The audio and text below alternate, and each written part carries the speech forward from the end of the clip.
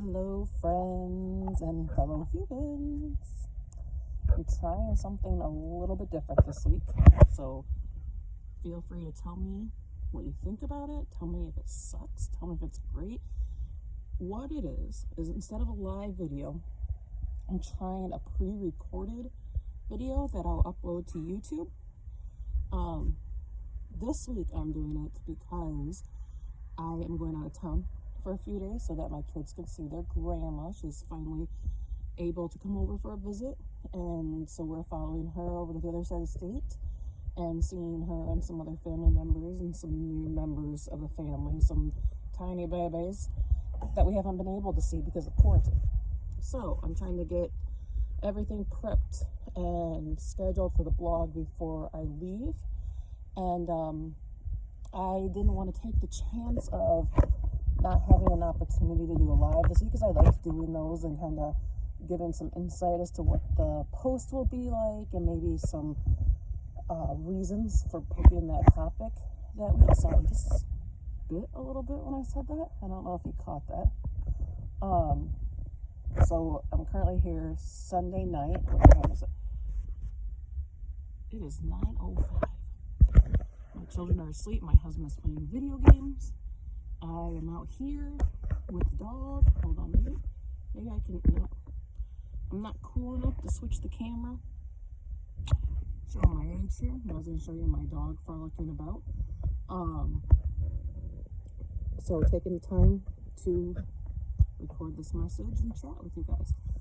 So this morning I did a virtual 5K. It was actually my idea to sign up for this, I don't know, like 2 months ago. It was the Ricky Bobby, if you ain't first, you're last 5K. And my friend Abby and I signed up. And I've been loosely prepping for it. I definitely should have been prepping harder, for sure. But our stuff came in the mail yesterday, Saturday. And we just decided to knock it out today while the weather's cooler. Well, for me, she's in Tennessee and it wasn't so much cooler for her. But being this fair-skinned redhead who can't handle heat too much, I wanted to get it done while it was in the 60s today. So I'm proud to say I finished it. It wasn't pretty. It was not pretty at all. I took my dog to the track that I was running at, and he proceeded to poop 3 times. 3 times while I was running a 5K. Like, seriously, like, how much poop is in this dog? So at one point I had to pause my watch so that I could go find out where he dropped the deuce and clean it up. Like, come on, dog, get it together. But I finished. At times it was more a shuffle than a run, but that is okay. I kept going. I shaved 3 minutes off my last 5K time, which honestly, like my friend pointed out, 3 minutes in running time is a lot, but my last 5K was, I don't know, my son was a little over a year and he just turned 3. So it was a long time ago. Like 5Ks and I aren't like the best of friends. We don't have encounters often. So it's nice that I shaved 3 minutes off in the past almost 2 years. But I'm focused on the positive. It was 3 minutes faster. I survived. I got it done. I have a shiny medal. If I entered in my results, it would probably be pretty low, but it wouldn't be in the category of ran wrong race, because I recently found out that's an actual category. Like, who goes to a race and runs the wrong one? I don't know how that happens. But with my luck, I would end up in that. But this time, I did not end up in that. So what else happened is, I'm thinking a lot. I'm always thinking about self-care. But selfishly, I'm always thinking about self-care as it pertains to me. And I recently started thinking about it with my kids. I came across this super cute article. I posted it on a Human and Training's Facebook page, I think on Friday night. But it's about this kindergarten teacher. I think it was in Texas. But he had a lot of low-income students in his class, and so he decided one day was going to be a self-care day, and he brought in volunteer barbers and nail people and beauticians and all of this to make over his students. Families who don't really have the money for such things or the time if they do it on their own. Working families they're really busy. And he took this opportunity and he did it because he knows how that can boost a child's self-esteem, taking care of themselves, their new hair, everything. There were some pictures in the article of some of the kids after they got their hair done, and their smiles were huge. They were so happy. Like, it warmed my heart. It warmed my heart. But it made me think of self-care for kids in other ways. Like, so for the longest time, my daughter was a tablet-free child. And when we traveled to see actually the friend that I did the virtual 5K with, I don't know, it was a while ago, I bought like a $50 Amazon Fire tablet from Best Buy, like last minute. I was like having this freak out because it was going to be me and my two littles in the car, and I wanted something to distract them and keep them entertained so I could focus on the task at hand, which was driving. So I bought it, and really we've only used it for road trips. Like very, very rarely has she used it. She's never really played games on her phones or anything like that. Well, when all this quarantine stuff happened, we pulled it out. We're home all the time.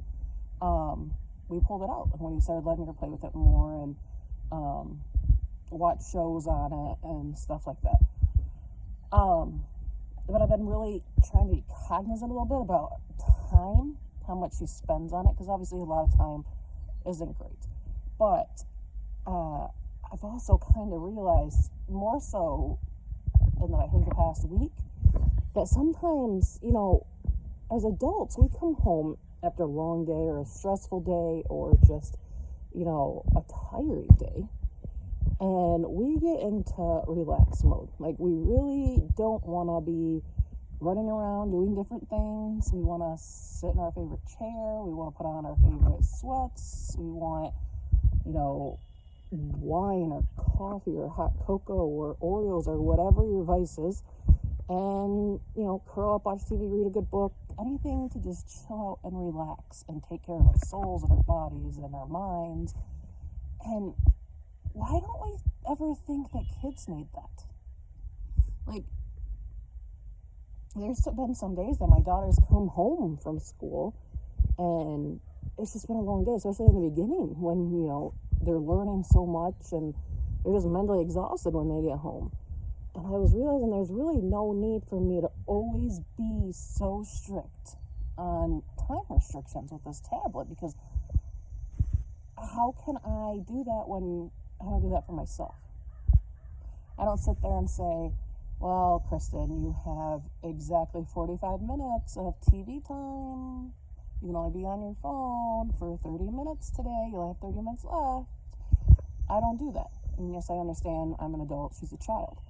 But she, and my son too, but more so my daughter right now, there's just times when you just don't have it in you to get up, and I tell them to go play outside and go run around or go play with this or go look at books. But just like us, like sometimes you just don't have that energy to do that.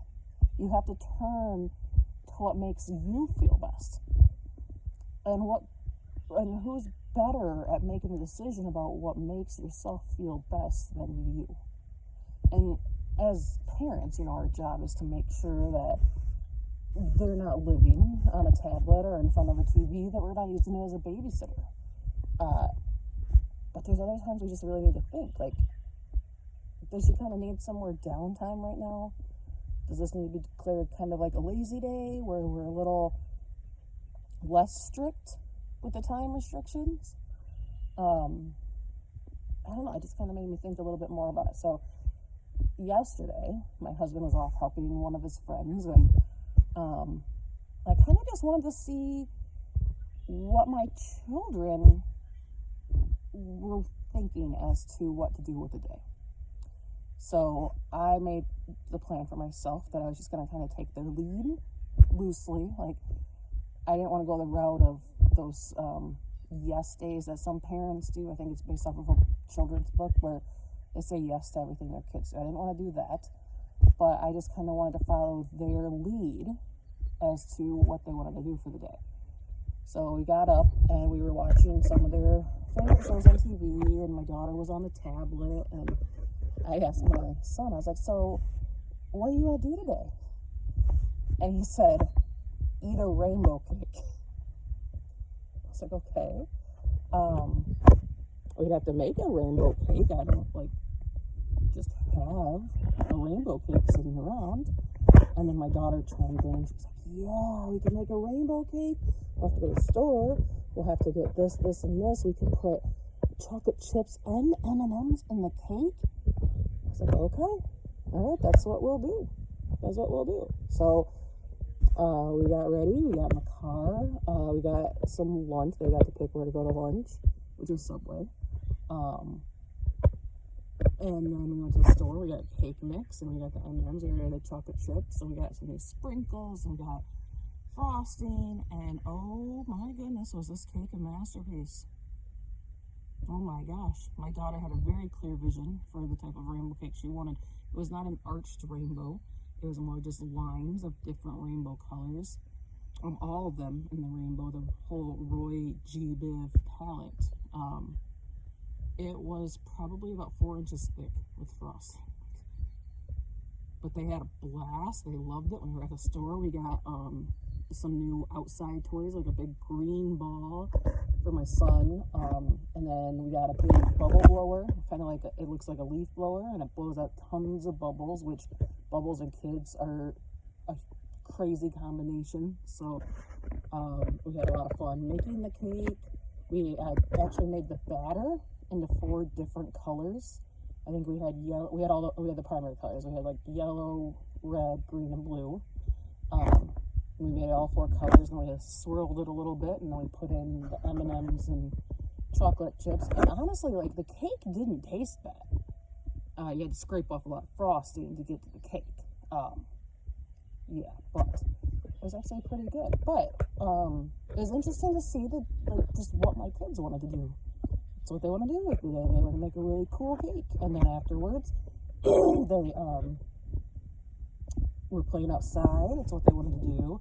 It wasn't until later that they asked for their tablet. So, I mean, it wasn't the first thing they went for. It wasn't, and then my son watched Minions on there. My daughter is really into Ryan's World right now. So, and something called The Engineering Family. But she's really into those, so she was watching that, and then it was bedtime, but it was a pretty easy peasy day. It was, I didn't announce to them that we were going to do what they wanted. I just kind of went their direction, but it was neat to see what they wanted. And so I think just keeping in mind that self-care comes in a lot of different forms, and we need to practice what we preach. Like, we preach self-care, but we have to practice it for ourselves. We need to make a continued effort to do that. But we also need to make a continued effort to teach our kids how to do that. Talking to them about the importance of taking care of themselves and their bodies and their minds to be the best version of themselves that they can be. So, right now I'm not feeling the best version of myself after that 5K that I definitely should have prepped more for. But I had this raging headache all day that, Motrin isn't taken care of. So I'm going to go chug some water and probably make it an early night. And then spend some time with the family this week. So let me know what you think of these pre-recorded videos. I think it actually went a little bit longer than my lives typically go. But I want to make sure to reach out to you guys this week. So please check out the blog about a self-care day for kids and the importance of it and making it a priority. Talk to you later. Bye.